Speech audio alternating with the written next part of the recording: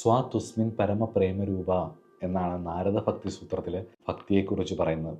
പരമമായിട്ടുള്ള പ്രണയമാണ് ഭക്തി എന്ന്. 5ാം ഭാവം എന്ന് പറയുന്നത് ഡിവൈൻ ആയിട്ടുള്ള പ്രണയമാണ്. 5ഉം 11ഉം തമ്മിലുള്ള ഒരു ബന്ധം എന്ന് പറയുന്നത് ഒരു ഡിവൈനാണ്. അത് ശരിക്കും വിവാഹവുമായിട്ട് കൂട്ടിത്തിരിക്കരുത്. കാരണം വിവാഹം ലൈംഗികത അല്ലെങ്കിൽ desire, infatuation, situationship, friends with benefits, അതുപോലെ തന്നെ സെക്ഷൽ റിലേഷൻഷിപ്സ്, ഇതൊക്കെ എന്ന് പറയുന്നത് ശുക്രനാണ്. അത് വേറെയാണ് ചിന്തിക്കുന്നത്. ഇത് ഞാൻ ഉദ്ദേശിക്കുന്നത് ഡിവൈൻ ലവ് ആണ്. അൺകണ്ടീഷണൽ ലവ് എന്നൊക്കെ നമ്മൾ പറയില്ലേ, അതൊരു ഭക്തിയുടെ വേറൊരു തലമാണ്. Beyond 3D വേൾഡാണ്. ലോജിക്കിന് മുകളിൽ ശരീരത്തിനപ്പുറമായിട്ട് ഒരു വ്യക്തിയെ ഒരു വ്യക്തിയാൽ നമ്മൾ സ്നേഹിക്കപ്പെടുകയോ അല്ലെങ്കിൽ നമ്മളൊരു വ്യക്തിയെ മനസ്സിന് നോക്കി സ്നേഹിക്കുന്ന, ശരീരത്തിനപ്പുറമായിട്ട് സ്നേഹിക്കുന്നതൊക്കെ 5ാം ഭാവത്തിൻ്റെ ബലം, മനസ്സിൻ്റെ നന്മയെ ബേസ് ചെയ്തിരിക്കും.